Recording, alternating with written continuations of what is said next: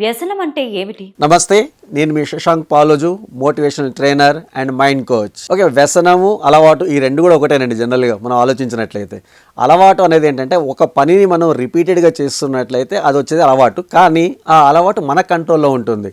ఉదాహరణకి మనం ఎక్సర్సైజ్ చేయడం, అది మన కంట్రోల్, ఎప్పుడంటే అప్పుడు చేసుకోవచ్చు, ఎప్పుడంటే అప్పుడు ఆపుకోవచ్చు.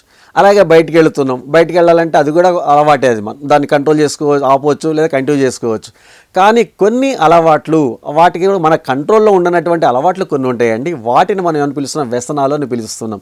ఉదాహరణకి మనం మందు తాగుతున్నాం, అది మందు తాగడం ఒక అలవాటు, కానీ మన కంట్రోల్లో ఉండదు అది. అలాగే సిగరెట్ తాగడం, అది మన కంట్రోల్లో ఉండదు, ఇది అలవాటుగా మారిపోతున్నాం. అందుకే దీని నుంచి ఒక చిన్న స్టేట్మెంట్ తయారు చేసుకోవచ్చండి. వ్యసనాలు కనుక ఏవైనా స్టార్టింగ్లో అవన్నీ కూడా ఒక సాలిడ్ గూళ్ళ లాంటివి. అదే కనుక మనం కంటిన్యూస్గా రిపీటెడ్గా చేసినట్లయితే ఒక ఇనుప సంఖ్యలో కూర్చుంటాయి మనకి. అందుకనే అలవాట్లు వ్యసనాలు రెండు దగ్గర సంబంధాలతో ఉంటాయి. సో జనరల్గా ఒక అలవాటు కానీ ఒక వ్యసనం కానీ ఎట్లా తయారవుతుందంటే, ఒకసారి చిన్న సైంటిఫిక్ కాజ్ ఒకటి ఉంది. ఏంటంటే మన మెదడు ఫస్ట్ ఆఫ్ ఆల్ ఒక ఆలోచన చేస్తుంది. ఆ ఆలోచన చేసినప్పుడు ఆలోచనను మనకు వదిలిపెట్టిన తర్వాత అప్పుడు మన మనసు ఏం చేస్తుంది? ఆ ఆలోచన అర్థం చేసుకుంటుంది. ఆ మనసు అర్థం చేసుకున్న తర్వాత మూడో స్టేజ్ ఒకటి ఉందండి. దాన్ని బట్టి మన శరీరం మార్పు చెందుతుంది. మన శరీరంలో కొన్ని మార్పులు జరుగుతాయి. అంటే ప్రతి ఆలోచనని, ప్రతి అలవాటుని, ప్రతి వ్యసనానికి కూడా 3 దశలు ఉంటాయన్నమాట. అంటే మొదటి దశలో దానికి చిన్న ఎగ్జాంపుల్ తీసుకుందాం. ఇప్పుడు మనం ఒక మందు తాగేది ఎగ్జాంపుల్ తీసుకున్నట్లయితే, ఒకతను మందు తాగుతాడు, తాగాలి అని ఒక ఆలోచన వచ్చేస్తుంది ఫస్ట్. ఆ ఆలోచన వచ్చిన తర్వాత అది ఇమీడియట్ ఆలోచన ఏమవుతుందంటే దాన్ని అర్థం చేసుకుంటుంది మన మనస్సు. ఎలా అర్థం చేసుకుంటుంది? ఒకసారి తాగాలనిపిస్తుంది, ఒకసారి తాగొద్దు అనిపిస్తుంది, తాగాలనిపిస్తుంది, తాగొద్దు అనిపిస్తుంది. వీటి మధ్య చిన్న ఘర్షణ జరుగుతుంది. అది అర్థం చేసుకోవడం. ఆ తర్వాత మూడవ స్టేజ్ ఒకటి ఉంది. మూడవ స్టేజ్ అంటే దానివల్ల మన శరీరంలో వచ్చే మార్పు. ఓకే, తాగినా తాగకపోయినా శరీరంలో అర్థం చేసుకోవడం వల్ల తాగినా తాగకపోయినా శరీరంలో కొన్ని మార్పులు జరుగుతాయి. ఏంటంటే మన మనస్సుకి రెండే విషయాలు అర్థమవుతాయండి, రెండే విషయాలు తెలుస్తాయి. ఏంటంటే ఒకటేమో సంతోషపడడం, రెండోది బాధపడడం. యాక్చువల్ నిజానికి ఏంటంటే న్యూరో సైన్స్ ప్రకారం మనసుకి బాధ అనేది ఇష్టం ఉండదు, ఎప్పుడో సంతోషంగా ట్రై చేస్తుంది. అప్పుడు ఏంటంటే మనం సంతోషంగా ఉన్నప్పుడు ఒకటి ఎండార్ఫిన్ అనే ఒక హార్మోన్ రిలీజ్ అవుతుంది. దానికోసం ఈ ప్రయత్నం అంతా జరుగుతుందన్నమాట. ఎవరైతే మందు తాగడం అలవాటు చేసిన తర్వాత మన శరీరంలో జరిగే మార్పు ఏంటంటే మనసులో ఒక ఎండార్ఫిన్ హార్మోన్ రిలీజ్ అవుతుంది, అది హ్యాపీగా ఉంచుతుంది. ఈ అలవాటే క్రమంగా జరిగినప్పుడు ఏమవుతుందంటే ఆటోమేటిక్గా అది వ్యసనంగా తయారైపోతుంది. ఆ వ్యసనాన్ని తగ్గించడం కోసం చాలా కష్టం అవుతుంది అనమాట. ఇది యాక్చువల్లీ వ్యసనం ఫామ్ అయ్యే దశలు. అంటే ఒకసారి చూడండి, 3 దశలు ఉన్నవి. ఫస్ట్ ఏంటి? మీ మనసులో, మీ మెదడులో ఒక ఆలోచన వస్తుంది, మందు తాగాలా వద్దా అని ఒక వ్యసనం వచ్చేస్తుంది. ఆ తర్వాత అది ఇదేమవుతుంది? మనం అర్థం చేసుకుంటుంది, మన మనసు అర్థం చేసుకుంటుంది. అంటే ఇక్కడ మనసు, మైండ్, బ్రెయిన్ రెండు వేరువేరండి. బ్రెయిన్ ఆలోచన చేస్తుంది, అది మనసుకి ఇచ్చేస్తుంది, మనసు అర్థం చేసుకుంటుంది. మనసు అర్థం చేసుకున్న తర్వాత అది శరీరంలోకి వచ్చేస్తుంది. అలాంటి మార్పులు జరుగుతుంది. ఎందుకంటే మన శరీరంలో ఎండార్ఫిన్ హార్మోన్ రిలీజ్ అయితే కనుక అది హ్యాపీనెస్ ఉంచుతుంది అనమాట. ఈ 3 దశలు ఉన్నవి దాంట్లో కూడా. పిల్లలను ఈ వ్యసనాల నుండి ఎలా దూరం చేయాలి? ఓకే, వ్యసనాలు జనరల్గా అలవాటు అయ్యే వరకు ఉంటుందంటే, ఎవరికైతే మైండ్ సెట్ వీక్గా ఉంటుందో వాళ్ళు ఈజీగా దానికి లోన్ అవుతూ ఉంటారు. వాళ్ళ వ్యసనానికి తొందరగా అలవాటు చేసుకుంటుంటారు. దానికోసం మనము వీక్ మైండ్కి ఉన్న కొన్ని క్వాలిటీస్ ఉన్నాయి. ఆ క్వాలిటీస్ ఏదో చూడండి, మీరు కూడా చెక్ చేసుకోండి. మీకు కూడా అలాంటి క్వాలిటీస్ ఏమైనా ఉన్నట్టయితే ఏదో ఒక వ్యసనం మీకు ఉంటుంది. అంటే వ్యసనం అనేది అంటే ఏంటి? మందు తాగడమో లేకపోతే సిగరెట్ తాగడం అలాంటివి కాదండి. ప్రతిదీ కూడా బాగా తినడం, ఎప్పుడు తినడం, అది కూడా ఒక వ్యసనం. ఎప్పుడు నిద్రపోవడం, అది వ్యసనం. ఇలాంటి వ్యసనాలు ఏవైనా ఉండొచ్చు. ఆ వీక్ మైండ్ సెట్కి ఉండే క్వాలిటీస్ ఏంటంటే, ఫస్ట్ క్వాలిటీ ఏంటంటే చాలా తొందరగా డిమోటివేట్ అయిపోతుంటారు. చాలా చిన్న విషయానికి అమ్మా అయిపోయింది నా పని, అబ్బా నా పని అయిపోయింది, చిన్న ఎదురు దెబ్బ తగలగానే. అది ఫస్ట్ క్వాలిటీ. సెకండ్ క్వాలిటీ ఏముంది? ఎదుటి వాళ్ళ వల్ల ఈజీగా ఇన్ఫ్లుయెన్స్ లోన్ అయిపోతుంటారు. అంటే ఒక ఫ్రెండ్ వచ్చేసి అరే బయటికి పోతున్నారంటే వెంటనే మనతో బయటికి వెళ్ళిపోతుంటారు. లేదా ఒక ఫ్రెండ్ వచ్చేసి అరే ఇంకేదో చేద్దామంటే దాంతో వెళ్ళిపోతుంటారు. అంటే మనకి ఒక సొంత ఆలోచన లేకుండా ఈజీగా ఇన్ఫ్లుయెన్స్ అయిపోతుంటారు. ఇక మూడో క్వాలిటీ ఒకటి ఉందండి. ఏంటంటే చాలా భయంకరమైంది, సొంత నిర్ణయాలు తీసుకోలేకపోవడం. అంటే ఆయన కనీసం అట్లీస్ట్ కొత్త బట్టలు కొనుక్కోవాలనుకున్నా కానీ ఆయన సొంత నిర్ణయాలు తీసుకోడు. వేరే వాళ్ళకి చూపెట్టి వేరే వాళ్ళ నచ్చినట్లయితే నాకు నచ్చిందన్న ఫీలింగ్లో ఉంటాడు. ఇవి మినిమం కొన్ని క్వాలిటీస్, అంటే వీక్ మైండ్ ఉన్నటువంటివి. అందుకే మీరు కూడా చెక్ చేసుకోమని చెప్తున్నాను, ఒకసారి చెక్ చేసుకోండి. అంటే యాక్చువల్గా ఇక్కడ జరిగేది అంటే, దానికి ఒక చిన్న మార్ఫిన్ అనే ఒక సైంటిస్ట్, ఒక సైకాలజిస్ట్ ఒక చిన్న ఎక్స్పెరిమెంట్ చేసిండు. ఆ ఎక్స్పెరిమెంట్ మనం అర్థం చేసుకుని తెలిసిపోతుంది ఎలాంటి వాళ్ళకి ఈజీగా వ్యసనాలు అటాక్ అవుతున్నాయో. ఇప్పుడు కొన్ని కుక్కల్ని తీసుకున్నాడు ఆయన. కొన్ని కుక్కల్ని తీసుకొని ఆ కుక్కల్ని 3 గ్రూపులుగా డివైడ్ చేసాడు.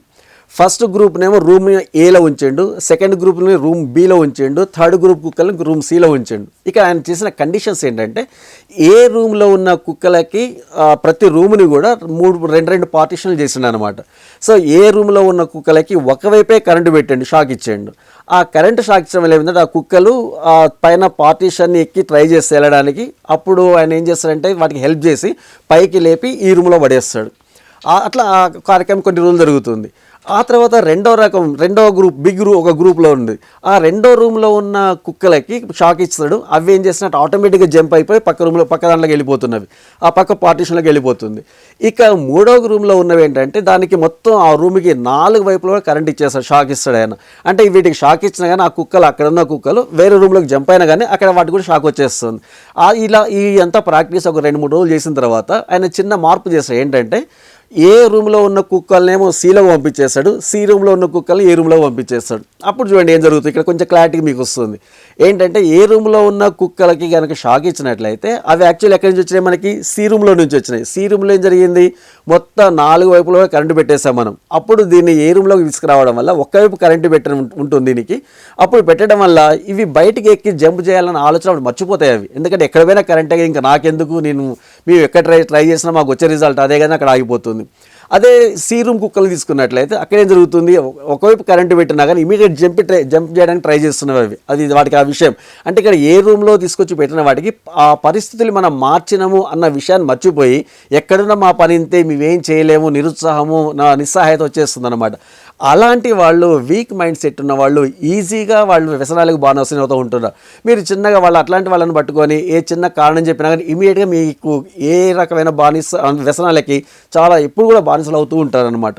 సో అందుకే మనం పిల్లల్ని కానీ పెద్దవాళ్ళని ఎవరిని కానీ ఆ వీక్ మైండ్ సెట్ ఎవరున్నారు, ఎక్కడ ఉన్నారు అనే వాడిని మనము అబ్జర్వ్ చేసినట్లయితే ఆటోమేటిక్గా కావాల్సిన కండిషన్ నుంచి మనం మార్చవచ్చు, వాళ్ళని స్ట్రాంగ్ మైండ్ సెట్గా మార్చుకోవచ్చు అనమాట.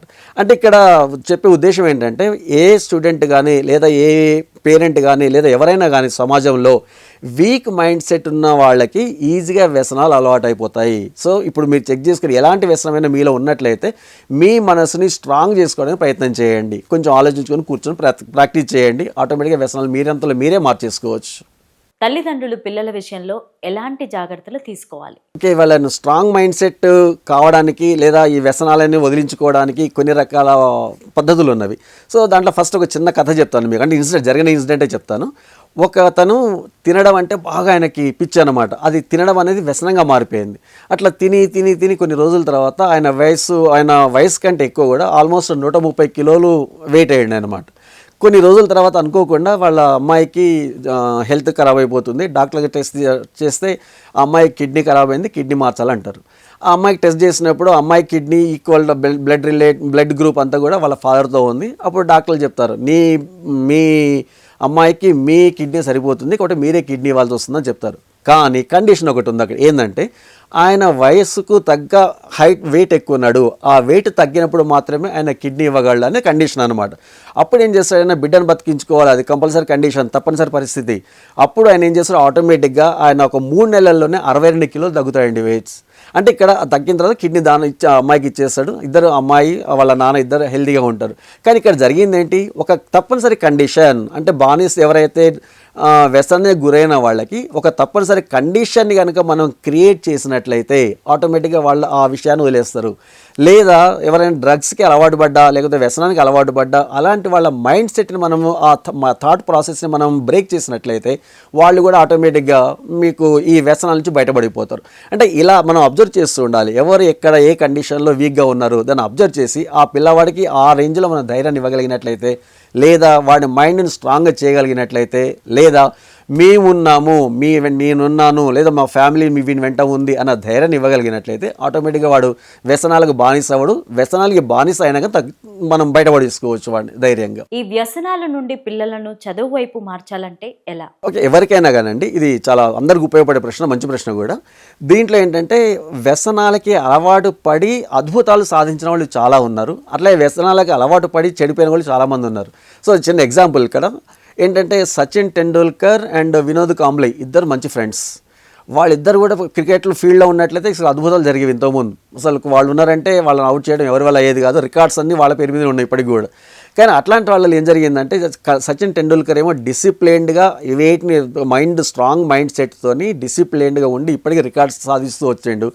అదే వినోద్ కాంబ్లీ ఏం చేసిండు, ఆయన వీక్ మైండ్ సెట్తోని చాలా క్రమశిక్షణ లేకుండా ఆటోమేటిక్గా డ్రగ్స్ అవి మొత్తం అలవాటు చేసుకుని ఆ జీవితాన్ని పాటు చేసుకున్నాడు. సో అలాంటి వాళ్ళని బాగా చేయడం చాలా కష్టం. కాబట్టి ఫస్ట్ మనం ఎవరు చేసినా కానీ వాడిలో సెల్ఫ్ కాన్ఫిడెన్స్ డెవలప్ చేసినట్లయితే ఆటోమేటిక్గా స్టూడెంట్ మారిపోతాడు. వాడికి మెల్లమెల్లగా చదువు మీద ఇంట్రెస్ట్ కలుగుతుంది, లేదా వాళ్ళు చేసే పనుల మీద కూడా వాళ్ళకి ఇంట్రెస్ట్ కలుగుతుంది. కానీ ఇక్కడ మనం చేయాల్సింది ఏంటంటే సొసైటీ కానీ తల్లిదండ్రులు కానీ లేకపోతే కుటుంబ సభ్యులు ఎవరైనా కానీ ప్రతి స్టూడెంట్ కూడా అబ్జర్వ్ చేస్తూ మేము ఉన్నాము నీకు అని ఒక ధైర్యాన్ని ఇచ్చేసి వాడితో కనుక కొంత టైం స్పెండ్ చేసినట్లయితే లేదా తల్లిదండ్రులు వాడి విషయాలన్నీ కనుక్కున్నట్లయితే హ్యాపీగా వాడి పని వాడు చేసుకుంటాడు. వాడికి ఒక నమ్మకం ఏర్పడుతుంది ఫ్యామిలీ మీద. ఏ స్టూడెంట్కి అయితే ఫ్యామిలీ నమ్మకం ఏర్పడుతుందో వాడు వ్యసనాలకు ఎట్టి వరుస దగ్గర వాడు చాలా హ్యాపీగా ఉంటాడు వాడు.